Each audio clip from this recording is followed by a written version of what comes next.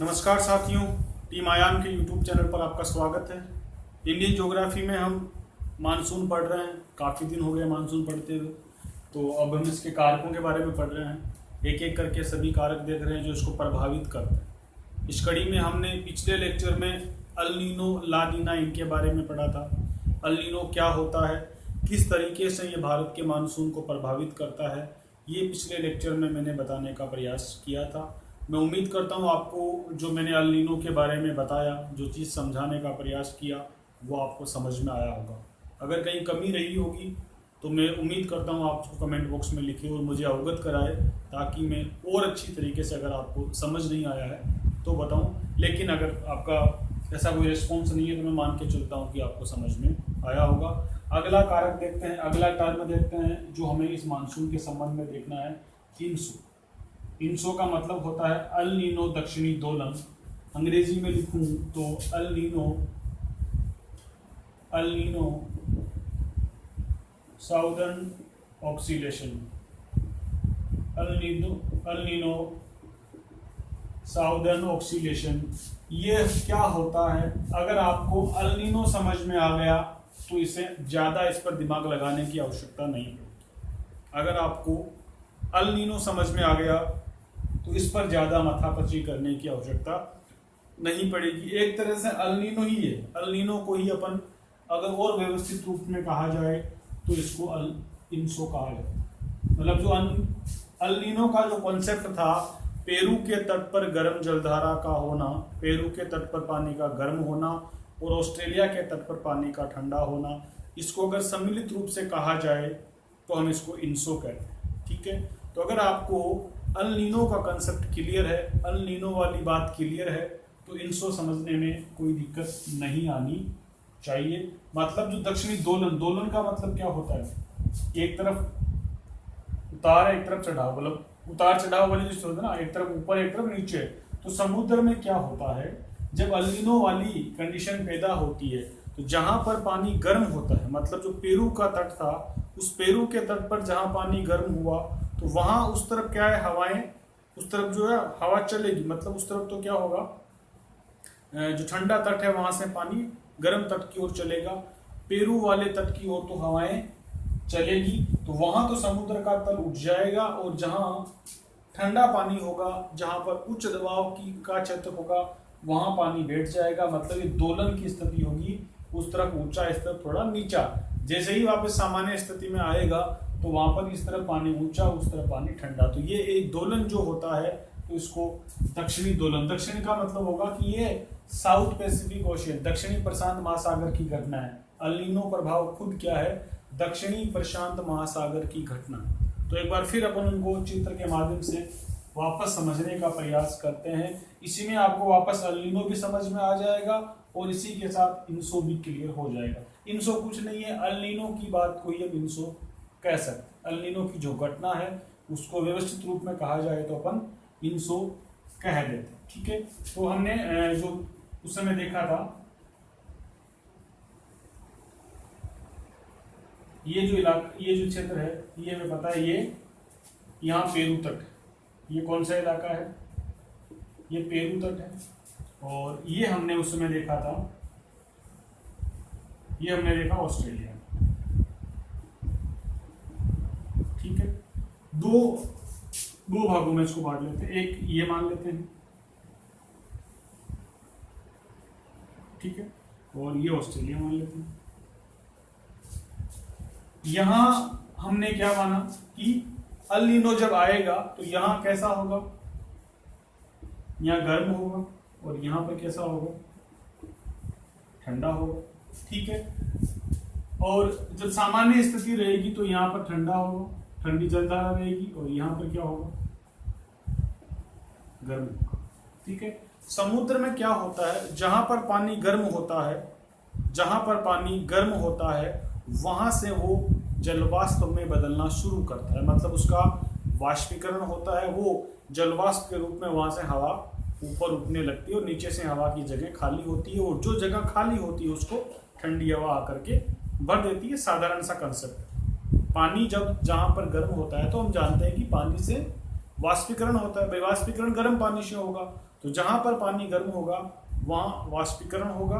वाष्पीकरण में क्या होता है, जलवाष्प जो जल होता है वो हवा बन के ऊपर की तरफ उठता है, ऊपर जाकर के ठंडा होता है, संघनित होता है, बारिश करता है और एक साइकिल बनती है जिससे जहां से गर्म पानी ऊपर उठा वहां जो हवा की जगह खाली हुई उसको भरने के लिए ठंडी वाली किसी जगह से हवा आती है, तो एक साइकिल बनता है। नॉर्मल रूप में वो साइकिल पहले अपन ये तो सामान्य स्थिति वाला, मैंने पिछली बार भी हमने 2 चित्र बनाए थे। ये जो साइड है ये आपको अल नीनो दोबारा समझ आ जाएगा, एक तरह से अल नीनो वाली स्थिति है, ठीक है, और ये अल नीनो स्थिति है। वापस अल नीनो समझ में आ जाएगा इनसो के साथ में। इनसो कुछ नहीं है, अल नीनो जैसी ही स्थिति है, अल नीनो ही है, ठीक है। ये सामान्य स्थिति है। सामान्य स्थिति में हम क्या जानते हैं, सामान्य से हम क्या जानते हैं, यहां से पेरू तट पर, और ये ऑस्ट्रेलिया है, ठीक है, और ये क्या है, जल है, इसको बोलते हैं दक्षिणी प्रशांत महासागर। दक्षिणी प्रशांत महासागर।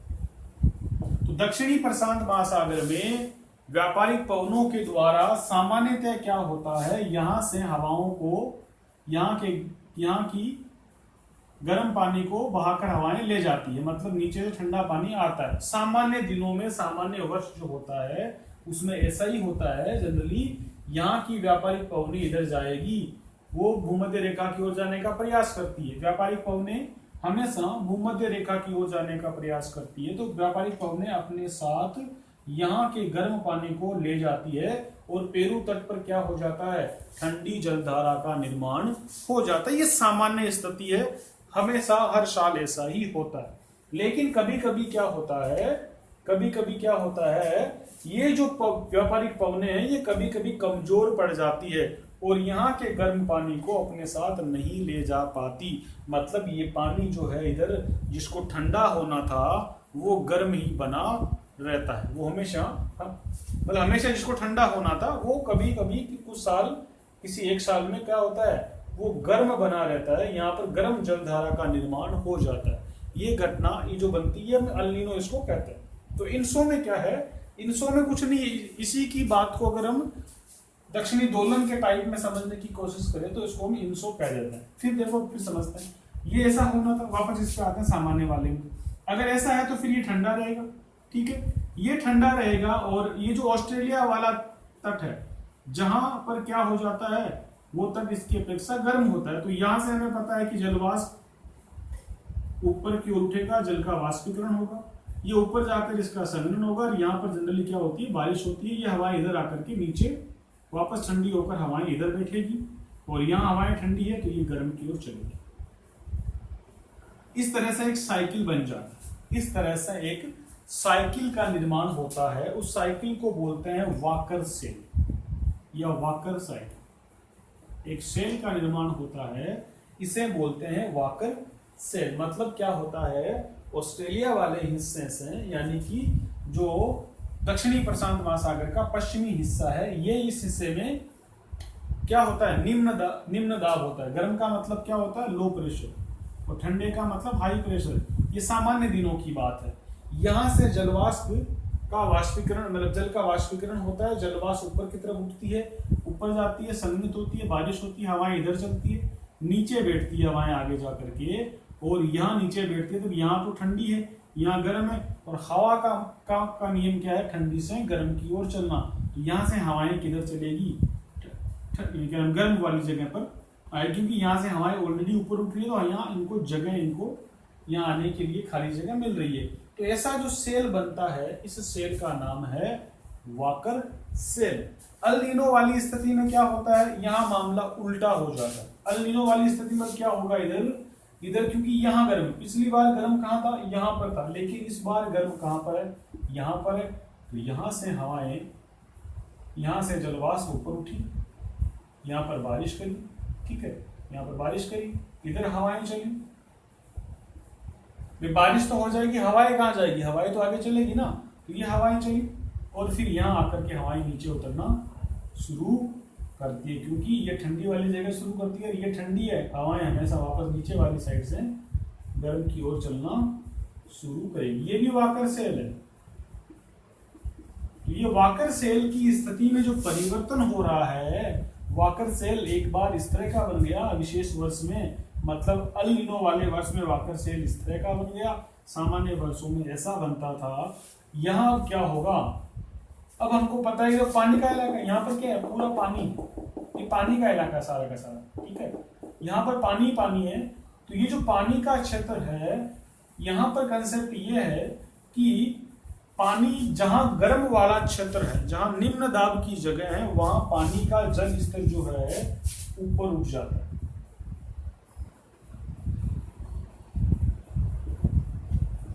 ठीक है, यहां जहां गर्म है, क्योंकि सारी हवाएं, पानी किधर जा रहा है, उधर जा रहा है, और ये ऑलरेडी इसका वाष्पीकरण हो रहा है। तो ये जो पानी का क्षेत्र है, ये क्या हो जाता है, ये इस अल नीनो वाली स्थिति में ये ऊपर की ओर उठ जाता है, नहीं, ये ऊपर की ओर उठ जाता है, और ये क्या हो जाता है, नीचे हो जाता है। और इस वाली स्थिति में जो सामान्य स्थिति रहती है, उसमें जल स्तर कहाँ उठेगा, इस तरफ जल का स्तर ऊंचा रहता है, और इस वाली साइड में जल का स्तर नीचा रहता है। ये जो ऊपर और नीचे होने की स्थिति है, इसी को क्या बोलते हैं, अल नीनो दक्षिणी दोलन। अल नीनो आने पर जो ये जो जल की स्थिति है, जल का जो दोलनी गति होती है, जल का जो दोलन होता है, इसे हम क्या कहते हैं, इसे इंसो कहते हैं। ये तो क्या है, ये तो अल नीनो वाली स्थिति में उल्टा हो जाता है। अल नीनो वाली स्थिति में ये जल स्तर कहाँ बढ़ेगा, पेरू वाले तट पर बढ़ेगा, यहाँ दोलन ऊपर की तरफ जाएगा, और ये वाले हिस्से में नीचे की तरफ। लेकिन सामान्य स्थिति वाले दिनों में क्या होता है, ऑस्ट्रेलिया के पास जो जल वाला स्तर होता है वो ऊंचा रहता है, क्योंकि ये गर्म होता है, और ये वाला हिस्सा नीचे होता है। तो ये जो कभी एक साल ऊपर हो गया, फिर सामान्य आने पर नीचे हो गया, ये जो स्थिति बनती है, ये यूं और यूं की, इसे बोलते हैं दोलन। और ये जब अल नीनो की स्थिति में होता है, तो इसे हम कहते हैं अल नीनो दक्षिणी दोलन। और ये अल नीनो से जुड़ा हुआ है, और भारतीय मानसून को अल नीनो प्रभावित ही करता है। तो हम कहते हैं कि इंसो जो है अल नीनो का ही सगा भाई है, कोई बड़ी बात नहीं। अल नीनो की ही परिभाषा जो हमने पढ़ी उसी से संबंधित है। तो अल नीनो भी भारतीय मानसून को प्रभावित, इंसो को भी हम कह सकते हैं कि ये भारतीय मानसून को प्रभावित करता है। तो ये कहानी हुई इंसो। केवल इसका अर्थ नहीं याद रखें, और बात को अगर आपको समझ में आ गई तो किसी लैंग्वेज की आपको जरूरत नहीं है, किसी परिभाषा की आपको जरूरत नहीं है, इतना डीप जाकर आपको इस पर रिसर्च करने की आवश्यकता नहीं पड़ती। सिर्फ आपको हल्का सा इसका आइडिया है तो आप एमसीक्यू में सवाल सोल्व कर सकते हैं। एग्जाम में लिखना चाहें तो एग्जाम में सवाल इसके किस तरह से आते हैं, अगर आपने चित्र बना लिए, मैं यहाँ ऊपर लिख रहा हूँ, इसको बना लीजिए आप दोनों चित्रों को। एक तो सामान्य स्थिति का है, एक अल नीनो वाले वर्ष में। ये कहाँ की घटना है, इसे आप कहोगे दक्षिणी प्रशांत महासागर में, दक्षिणी प्रशांत महासागर में। ठीक है, आगे इसमें क्या लिखेंगे अपन, पेरू तट पर गर्म जल, तो कहेंगे जल स्तर ऊंचा, या आप क्या कहोगे निम्न दाब का क्षेत्र, क्या कहोगे निम्न दाब। और जो ऑस्ट्रेलिया का तट है, कभी कभी इस पेरू तट को किताब वाले क्या लिखेंगे, पश्चिमी प्रशांत सागर, पश्चिमी प्रशांत क्षेत्र भी लिखेंगे। ठीक है, और आगे क्या लिखेंगे इसमें अपन, क्या बोलेंगे, ऑस्ट्रेलिया का क्षेत्र, ऑस्ट्रेलिया तट, या क्या लिख देगा, इसको लिखेंगे पूर्वी, पेरू तट को लिखेंगे पूर्वी, और ऑस्ट्रेलिया तट को लिखेंगे पश्चिमी प्रशांत क्षेत्र, या तट लिख देंगे पश्चिमी प्रशांत क्षेत्र। यहां क्या होगा, यहां पर होगा उच्च दाब, यानी कि ठंडा क्षेत्र, और या आप ठंडा जल कहोगे इसको। इसका जल स्तर कैसा होगा, नीचे होगा। तो ऐसी स्थिति आप देखते हो ना कई बार एक झूले में, कभी ये नीचे, कभी ये ऊपर, ठीक है, कभी फिर ये नीचे हो जाएगा अगली वाली स्थिति में, और ये ऊपर हो जाएगा। ये जो स्थिति चलती है झूले वाली, ऐसी स्थिति दोलन जो होता है, इसे अपन अल नीनो के समय अल नीनो दक्षिणी दोलन के नाम से जानते हैं। ये सेम वही है जो अल नीनो वाली स्थिति है।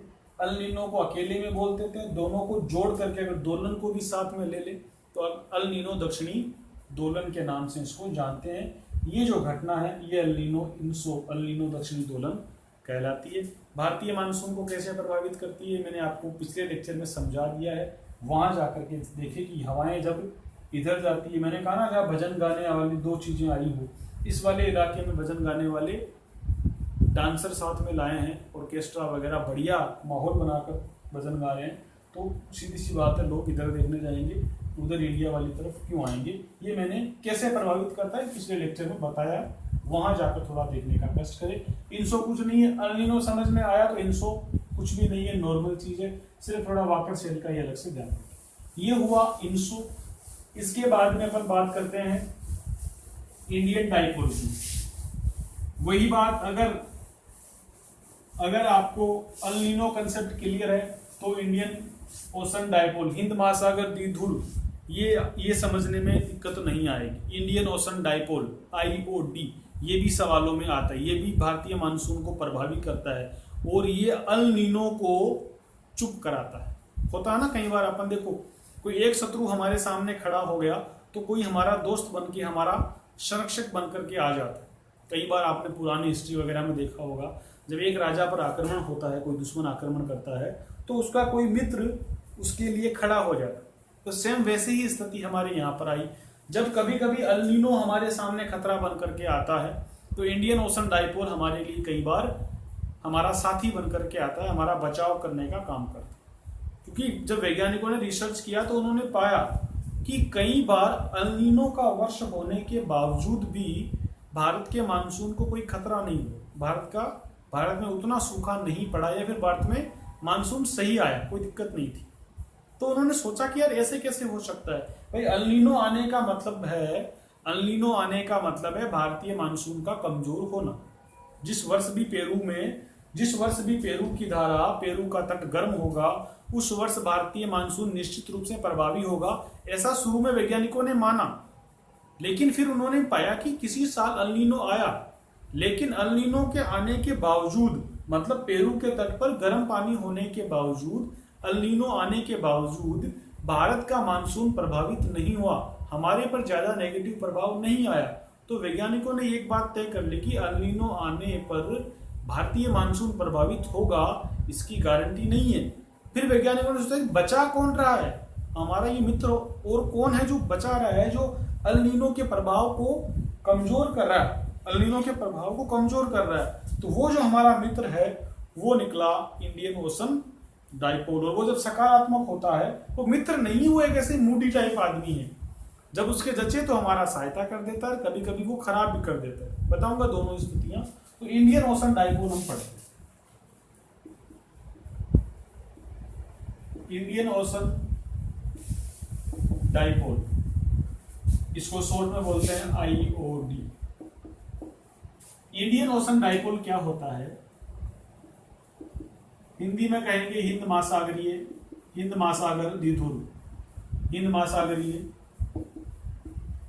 द्विध्रुव, इंडियन ओशन डाइपोल। ठीक है, जैसे अल नीनो होता है ना, अल नीनो कहां हो रहा था, प्रशांत महासागर की घटना है। अल नीनो कहां की घटना है, ये भी सवाल पूछा जा सकता है। अल नीनो निम्नलिखित में से कहां की घटना है, किस महासागर से संबंधित घटना है। तो आपके सामने 3-4 ऑप्शन आएंगे, हिंद महासागर, प्रशांत महासागर, अटलांटिक महासागर।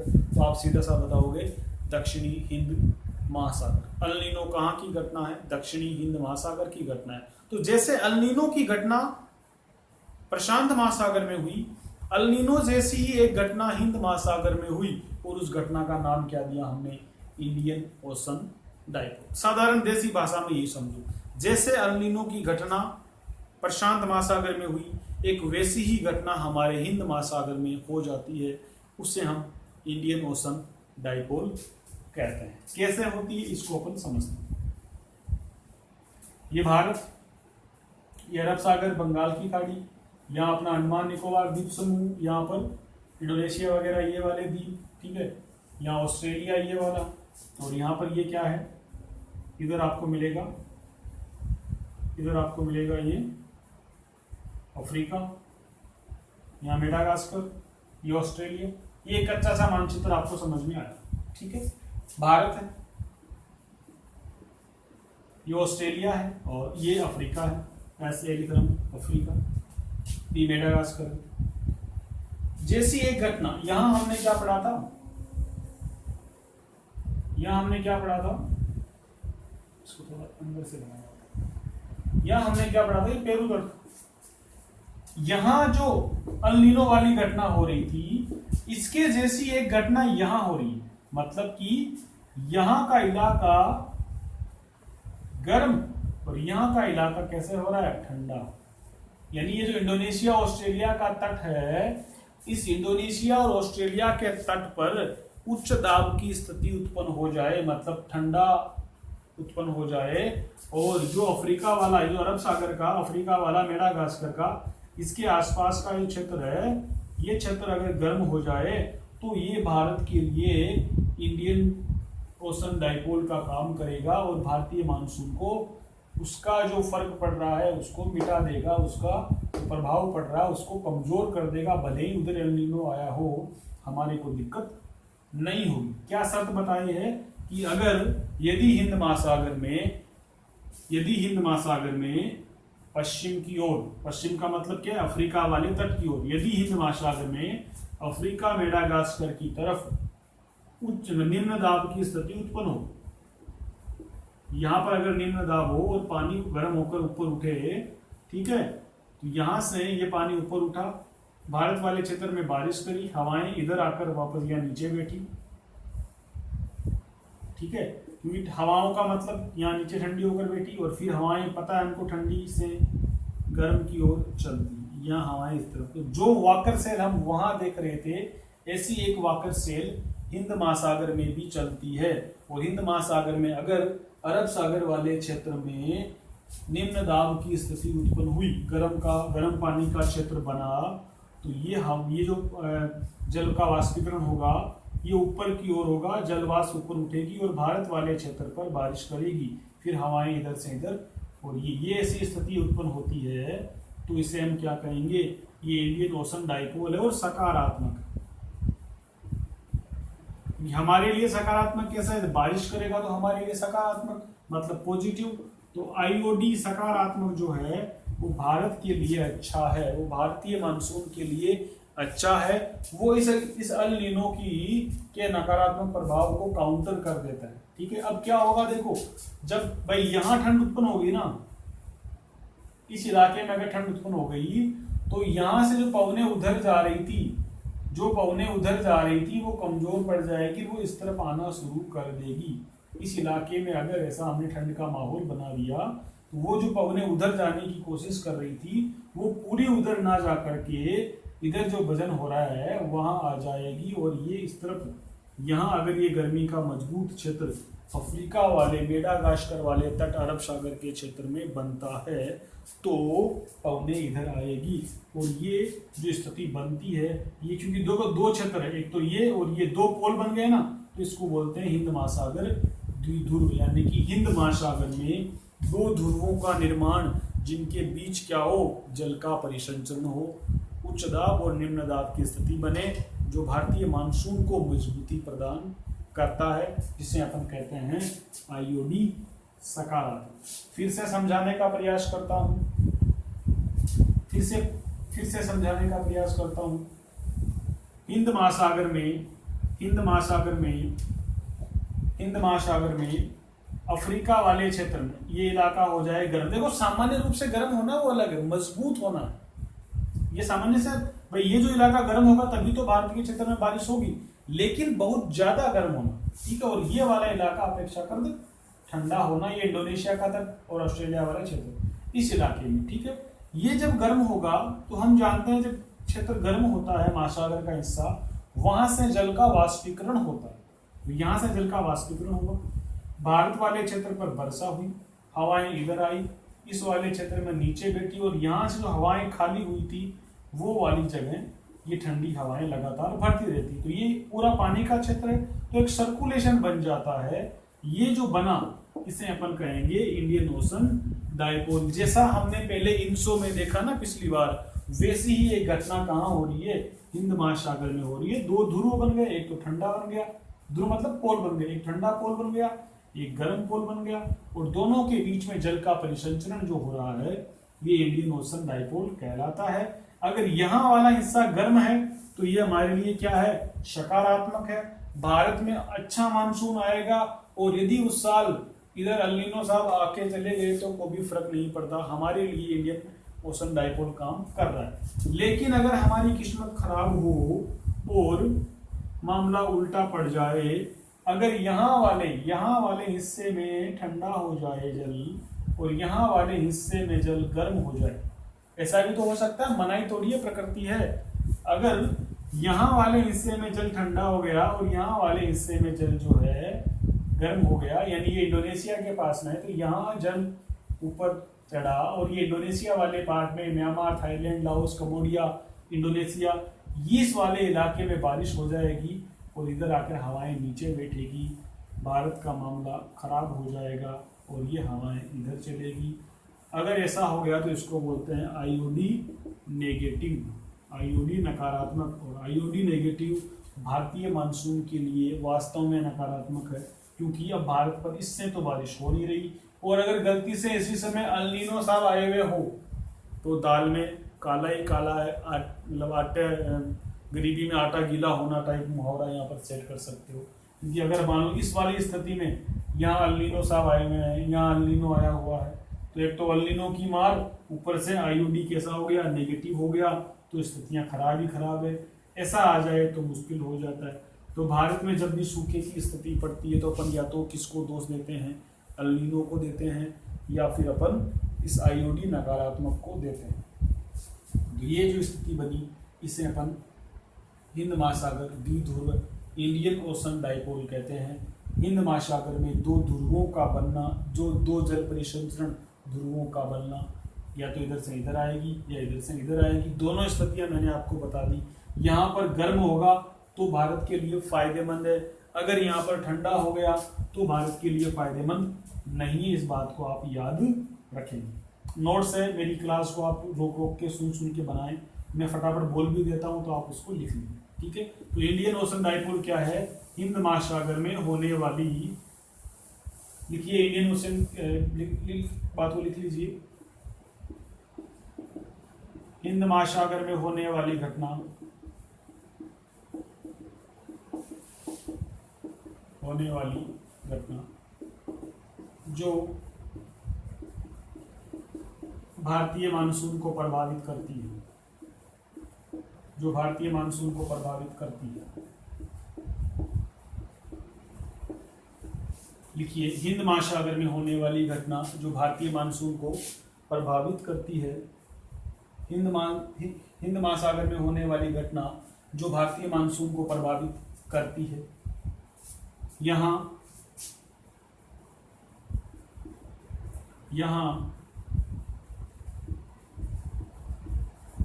पश्चिमी व पूर्वी हिंद महासागर क्षेत्र में, महासागर क्षेत्र के मध्य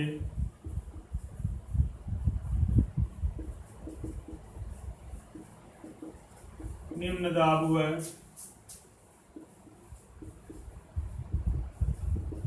उच्च दाब के क्षेत्र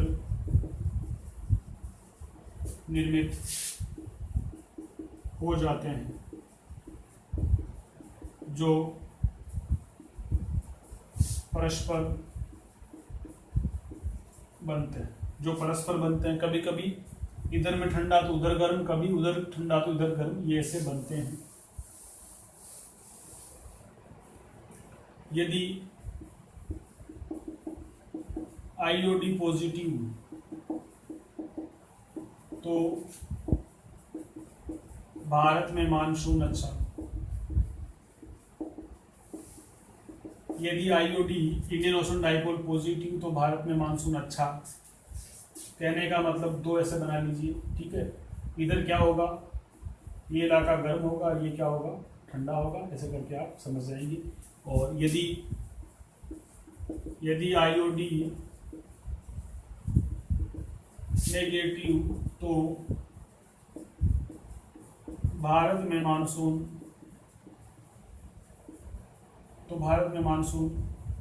खराब, ये कमजोर कह सकते हो, खराब तो क्या कहोगे। वही दो ध्रुव बना लो, यहाँ क्या हो जाएगा, पानी ठंडा और यहाँ पर पानी गर्म। अब दाब देख लो, ठंडा है तो क्या हो जाएगा, उच्च दाब, और गर्म है तो निम्न दाब। यहाँ क्या है, गर्म है तो क्या करोगे इसको, एलपी में लो प्रेशर, ठंडा है तो हाई प्रेशर। ये ऐसी स्थिति बनाकर आप चीज को समझ सकते हो। तो ये हमने देखा आईओडी, इंडियन ओशन डाइपोल। एक और कंसेप्ट बचा हुआ है, वही अल नीनो से संबंधित है, कोई बड़ी बात नहीं है। उससे कहते हैं अल नीनो मोडुकी। क्या कहते हैं अपन, अल नीनो, अल नीनो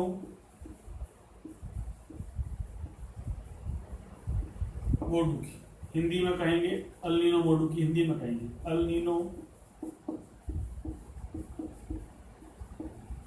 मोडुकी, अल नीनो मोडुकी। देखो अल नीनो का मतलब समझ में आया। अल नीनो का मतलब है जल का गर्म होना, और ला नीना का मतलब है जल का ठंडा होना। तो वो जो पेरू वाली सिचुएशन हमने देखी ना, वही सिचुएशन यहाँ पर, ये हमने बनाया ऑस्ट्रेलिया और ये हमने बनाया पेरू। ठीक है, देखो केवल अल नीनो, इसको मोडुकी छुपा लो, केवल अल नीनो वाली सिचुएशन क्या थी, इस किनारे पर तो क्या हो रहा था, गर्म हो रहा था, इस किनारे पर क्या हो रहा था, ठंडा हो रहा था। लेकिन मोडुकी वाली सिचुएशन में क्या होगा, मोडुकी वाली सिचुएशन में जो बीच वाला क्षेत्र है ये क्या होगा, ये गर्म होगा। अल नीनो मोडुकी वाली सिचुएशन में क्या होगा, दोनों किनारों के, मतलब दोनों के, पेरू तट के और ऑस्ट्रेलिया के, मतलब कि दक्षिणी प्रशांत महासागर में पूर्वी क्षेत्र और पश्चिमी क्षेत्र दोनों के मध्य का जो पानी है, बीच का पानी है, वो गर्म हो जाएगा। और जब बीच का पानी, मतलब पानी गर्म होगा, तो यहां से आपको सीधी सी बात है क्या होगा, वाष्पीकरण होगा, हवाएं जल लेकर ऊपर चढ़ेगी, यहाँ बारिश करेगी ऊपर जाकर, फिर हवाएं थोड़ी इधर आ जाएगी, कुछ हवाएं इधर आ जाएगी, मतलब यहाँ पर भी क्या हो जाएगा, ठंडा, और यहाँ पर भी ठंडा, बीच का इलाका गर्म। ऐसे वाकर सेल बनेंगे। तो यहां पर देखो इसकी विशेषता क्या हो गई अल नीनो मोडुकी की, यहां पर दो सेल बन गए, यहां पर क्या बन गए, दो सेल बन गए। एक तो ये बन गया इस वाली साइड का, एक ये बन गया। तो अल नीनो मोडुकी में आप क्या कहोगे, अल नीनो मोडुकी में हम यही कहते हैं कि अल नीनो मोडुकी में दोनों किनारे, ऑस्ट्रेलिया का किनारा और पेरू का किनारा, दोनों क्या होते हैं, दोनों ठंडे होते हैं, जबकि बीच का जल जो है वो गर्म होता है। इस स्थिति को अपन क्या कहते हैं, मोडुकी। पूरी रामायण आप छोड़ो, सिर्फ सीधा क्या लिखोगे आप इसको, दक्षिणी प्रशांत महासागर में लिखिए, दक्षिणी प्रशांत महासागर में, दक्षिणी प्रशांत महासागर में पश्चिमी व पूर्वी तट तो ठंडे रहते हैं, अपेक्षाकृत लगाएंगे, पूर्वी व, ये तो कौन सा हो जाएगा, ये हो जाएगा पश्चिमी तट, ठीक है, और ये हो जाएगा पूर्वी तट। ये तट तो ठंडे रहते हैं और बीच का क्षेत्र गर्म हो जाता है। ये स्थिति अल नीनो मोडुकी कहलाती है। सिंपल सी बात है, बाकी की आगे की प्रक्रिया आपको समझ में आएगी। ये स्थिति अल नीनो मोडुकी कहलाती है। और जब बीच का क्षेत्र गर्म होता है तो सीधी सी बात है, वाष्पीकरण होगा, पवन ऊपर उठेगी, यहाँ बीच में, इस वाले बीच के इलाके में बारिश होगी, फिर हवाएं इधर चलेगी, कुछ हवाएं उधर चलेगी, दोनों तरफ ठंडा क्षेत्र है, वापस हवाएं ठंडे से गर्म की ओर चलेगी। इससे भारत वाले मानसून पर ज्यादा फर्क नहीं पड़ता। ये जो अल नीनो मोडुकी, जो बीच का पानी गर्म होने वाली कभी कभी घटना होती है ना, इससे भारत वाले क्षेत्र पर कोई ज्यादा खास प्रभाव नहीं पड़ता। लेकिन संयुक्त राज्य अमेरिका, यूएसए, कनाडा, वो जो क्षेत्र उस तरफ इसका प्रभाव पड़ता है। लेकिन भारत के क्षेत्र पर इसका अभी तक ऐसा कोई रिसर्च सामने नहीं आया कि भारत के क्षेत्र पर कोई प्रभाव पड़े। इसी तरीके से अगर यहां पर ये कह दे कि ला नीना मोडुकी, तो स्थिति को उल्टा कर लो। अगर आपसे बोल दे कि ला नीना मोडुकी, इसी को चेंज कर दे और आपसे पूछे कि ला नीना मोडुकी क्या होता है, तो जैसे हमने अल नीनो ला नीना में उल्टा किया था वैसे यहाँ उल्टा कर दो। उसमें क्या हो जाएगा, इस पानी को क्या कर दो, बीच का पानी ठंडा और ये भी गर्म और ये भी गर्म। तो इस बार स्थिति उल्टी हो जाएगी, यहां से हवा उठेगी, यहाँ बारिश करेगी तो इधर से इधर, इधर हवा चलेगी, इधर से इधर चलेगी। दो वॉकर सेल तो बननी बननी है, लेकिन बीच का पानी क्या हो जाएगा, ठंडा हो जाएगा। इसको आप क्या कहोगे, इसको कहोगे ला नीना मोडू की परिभाषा कुछ नहीं, पिछली परिभाषा में जहां ठंडा था वहां गर्म कर दो, काम खत्म। मतलब कि दक्षिणी प्रशांत महासागर में बीच का जल ठंडा होना ला नीना। भाई अल नीनो का मतलब क्या होता है, गर्मी से संबंधित। अल नीनो का मतलब क्या है, क्षेत्र का गर्म होना। अल नीनो में जनरली क्या हो रहा था, पेरू का तट गर्म हो रहा था, लेकिन अल नीनो मोडू की जुड़ गया। मोडू की का मतलब है बीच का क्षेत्र गर्म होना। तो ऑस्ट्रेलिया के तट का और पेरू तट दोनों के बीच का जल जो है वो गर्म हो जाता है। उस स्थिति को बोलते हैं अल नीनो मोडू की। और ला नीना मोडू की अगर पूछ ले तो ला नीना का मतलब होता है ठंडा होना, तो कहेंगे, और मोडू की जुड़ गया तो बीच का क्षेत्र। तो ला नीना मोडू की का मतलब होता है दक्षिणी प्रशांत महासागर में पेरू तट और ऑस्ट्रेलिया तट, पेरू तट और ऑस्ट्रेलिया तट के बीच का क्षेत्र ठंडा होना। इस स्थिति को कहेंगे ला नीना मोडू की। ठीक है, प्रत्यक्ष रूप से अभी ये भारतीय क्षेत्र को प्रभावित नहीं करती, लेकिन इनसे संबंधित था तो मैंने इसको करवा दी। ये हमने आज के लेक्चर में 3 चीजें इस तरीके से पढ़ेगी। लेक्चर लंबा हो जाएगा, मेरे हिसाब से इसमें इतना काफी है। बाकी बातें अगले लेक्चर में करेंगे। तब तक के लिए आपको बहुत बहुत धन्यवाद। मेरी तरफ से ऑल द बेस्ट।